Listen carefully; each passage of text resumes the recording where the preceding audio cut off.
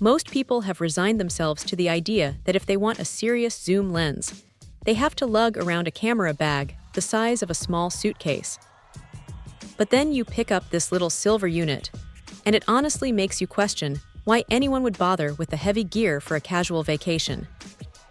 It is barely larger than a modern smartphone, yet somehow, Nikon managed to cram a 35x optical zoom into that tiny frame. When you extend that lens all the way out to the 840 equivalent, it feels almost like a magic trick. You can go from a wide-angle shot of a landscape to picking out details on a distant building without moving an inch. Now, the image quality is solid for a sensor of this size.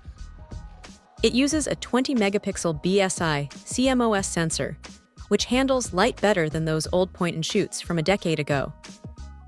It is not going to replace a full-frame professional rig for low-light work, but for daytime travel shots or family gatherings, the results are crisp and the colors have that classic, pleasing look Nikon is known for.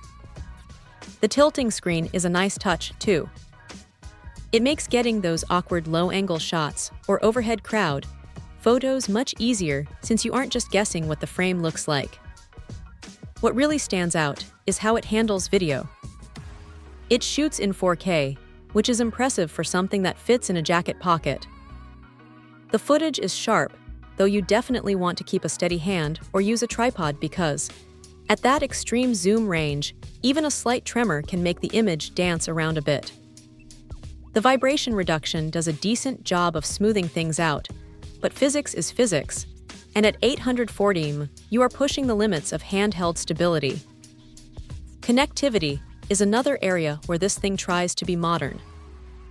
It uses Bluetooth Low Energy to stay linked to a phone, which is great for getting photos off the device and onto social media without having to mess with cables or SD card readers. It is a seamless way to keep your workflow moving while you are on the go.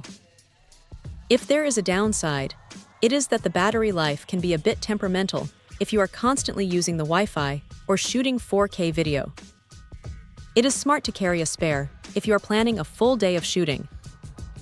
Also, the menu system takes a little bit of getting used to if you are coming from a different brand, but once you find your way around, it is straightforward enough.